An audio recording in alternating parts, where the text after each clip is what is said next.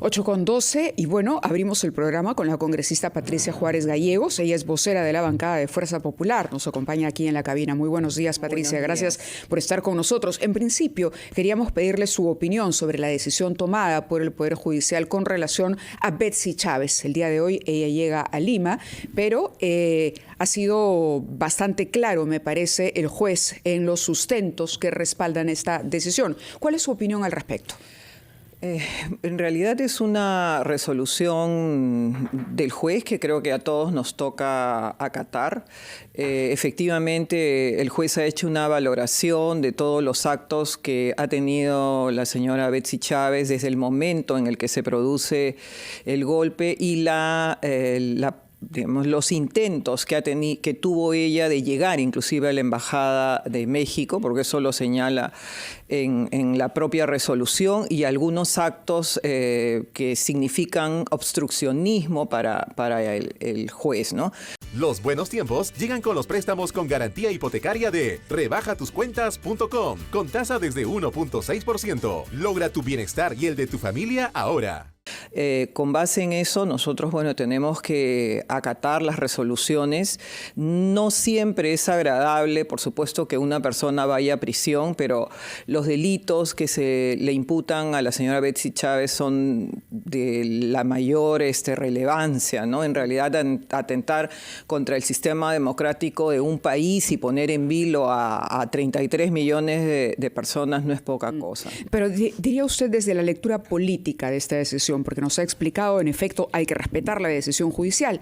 Políticamente hablando, ayer Betsy Chávez se dirigía a sus seguidores en TikTok y ella decía, tenemos que ser fuertes. En algún momento retornará la democracia. Fue ese su último mensaje antes de ser detenida. ¿Diría usted que esta detención, políticamente hablando, contribuye a la victimización de Pedro Castillo? ¿Cree que no? ¿Cuál es la lectura que hace como política del evento? Bueno, en realidad ellos, hablo del sector, del grupo de Pedro Castillo y quienes lo acompañaron, siempre van a tener ese discurso que está dirigido definitivamente a seguir con esta narrativa de que efectivamente Pedro Castillo es víctima de un atentado de la derecha, de la oligarquía, como dicen muchos en el Congreso, que no lo dejaron gobernar.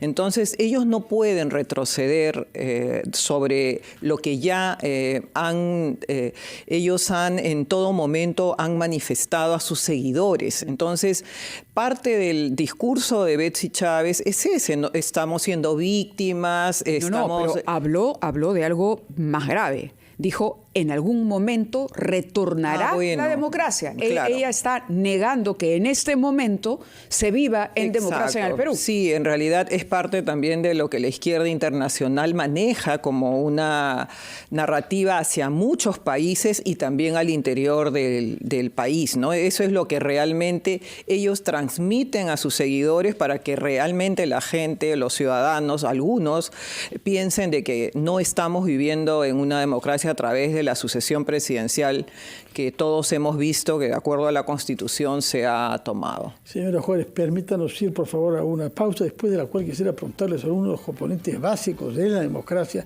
que es la libertad de prensa.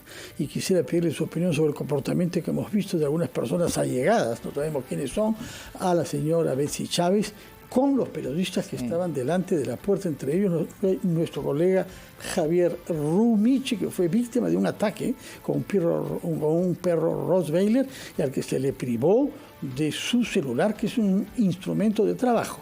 Nos dará su opinión sobre ese aspecto después de la pausa.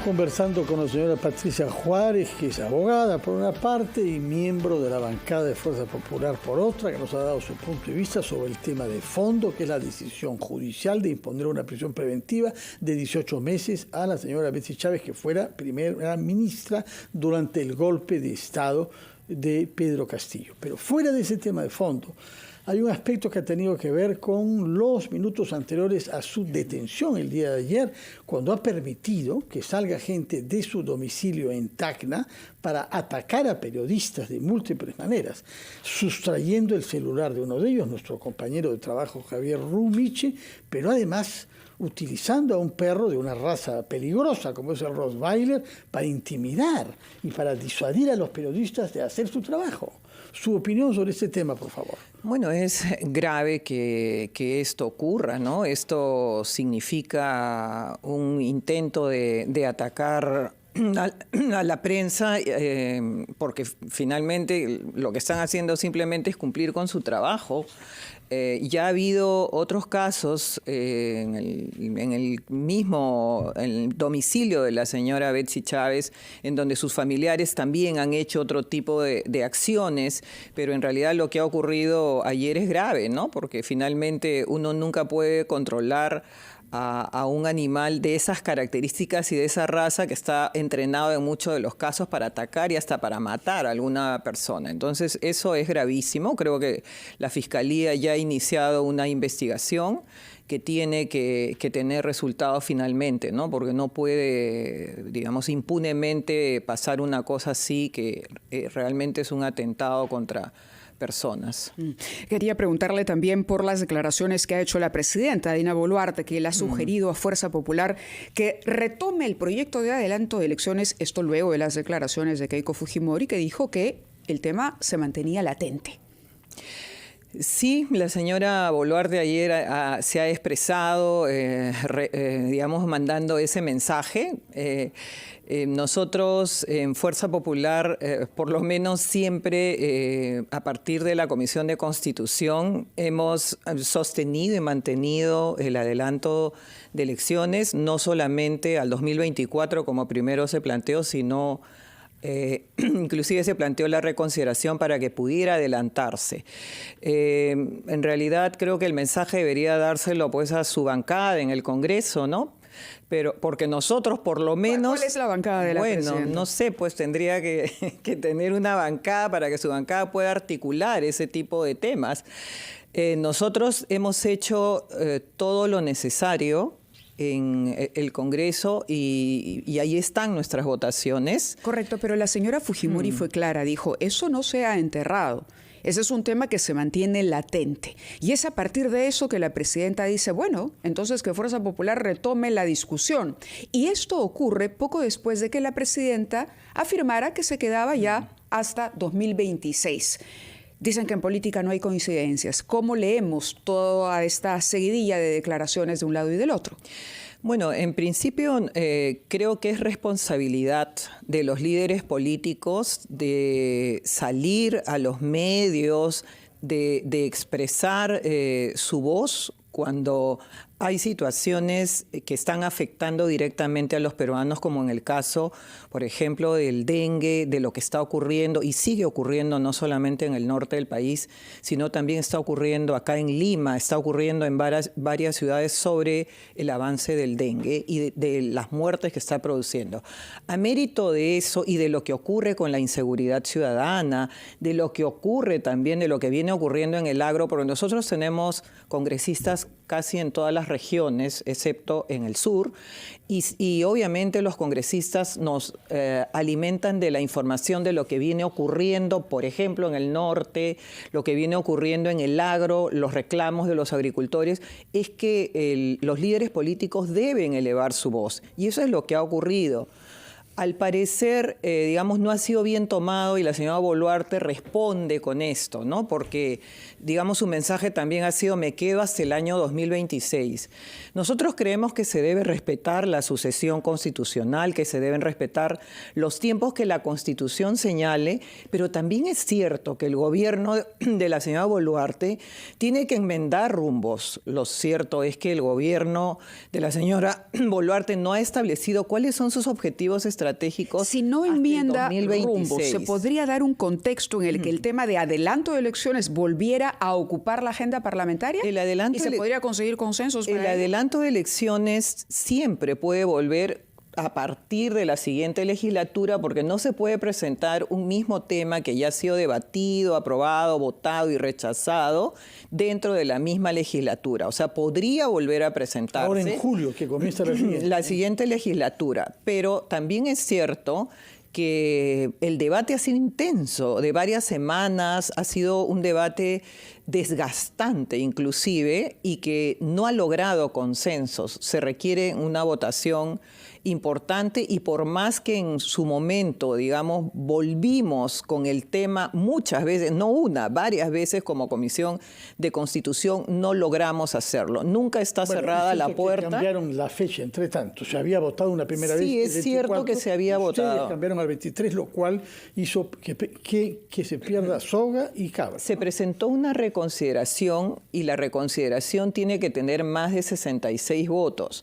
O sea, no solamente fuimos nosotros, que somos solamente, en ese momento éramos 24, quienes votamos a favor de la reconsideración para el año 2024, porque obviamente que sabíamos, conocíamos que quienes habían votado para el 2024 simplemente habían señalado y expresado en todos los pasillos del Congreso que no iban a votar una segunda vez. Y eso era absolutamente, digamos, visible. Podíamos ver entonces en ese momento, dada la coyuntura que vivíamos, la situación convulsa del país, Fuerza Popular de manera responsable dijo, bueno, reconsideremos el 24 y vayamos al 23, porque si esto tiene que terminarse, que se acabe de una vez. Votemos por primera vez para que sea el 2023 y luego votamos a partir de julio para que se ratifique que sea en el año 2023. Entonces no es a Fuerza Popular a quien tiene que dirigirse la señora Boluarte, porque nosotros hemos hecho todo lo necesario, todo lo posible para que finalmente se dé esa situación en los momentos tan complicados que vivía el país. Y aprovechando el poco tiempo que nos queda, hoy se debe ver el tema de la denuncia constitucional contra el ex fiscal de la Nación, Zoraida Ábalos. Quisiera que nos explique cuál es el reproche en función del cual se la quiere inhabilitar, lo cual naturalmente va a tener un cierto impacto sobre el equilibrio al interior de la Fiscalía en momentos en que hay procedimientos de investigación que conciernen a varios dirigentes políticos. El tema es delicado. Y usted sabe muy bien que hay personalidades de Fuerza Popular, comenzando por Keiko, que están concernidas por eso. Por eso quisiera saber si en su bancada han tomado una decisión ya sobre lo que se va a votar respecto a la denuncia constitucional contra Zoraida Ábalos. Sí, bueno, nosotros hemos conocido el caso, quienes participamos en la subcomisión de acusaciones desde el inicio. Hemos votado en la subcomisión a favor, hemos votado también en la comisión permanente y bueno, ahora le toca votar al Pleno en donde no estamos quienes formamos parte de la comisión permanente. Nosotros sí creemos, por lo menos ese ha sido el sentido de la votación que hemos tenido hasta ahora, que ha habido una omisión de funciones de parte de la fiscal, la señora Zoraida Ábalos.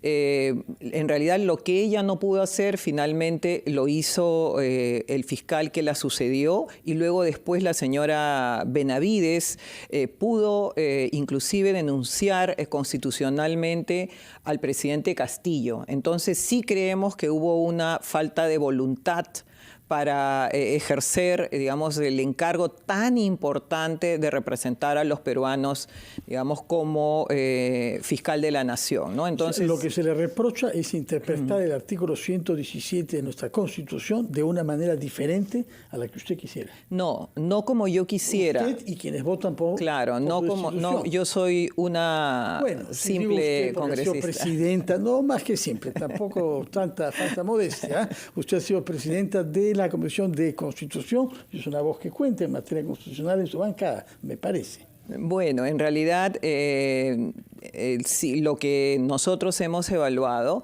es que ha habido, en realidad, en el caso de la señora Zoraida Ábalos, esa voluntad de terminar con una situación tan grave como la que estábamos viviendo en el caso del gobierno de Castillo. Y creo que mostrando, digamos, esa decisión, creo que hubiera podido también por lo menos tratar de solucionar el grave problema que en ese momento teníamos. Y era en realidad solo eso, porque luego después los fiscales que la han sucedido han demostrado que sí se podía hacer, ¿no? Entonces era solamente cuestión de voluntad y de, por supuesto, querer que la situación que estábamos viviendo en ese momento, digamos, sea finalizada, ¿no? Patricia, muchísimas gracias por haber estado con nosotros en Ampliación de Noticias. Quedan varios temas, esperamos poder conversar con usted más adelante, a ver qué es lo que va a ocurrir, a quién apoyará finalmente Fuerza Popular para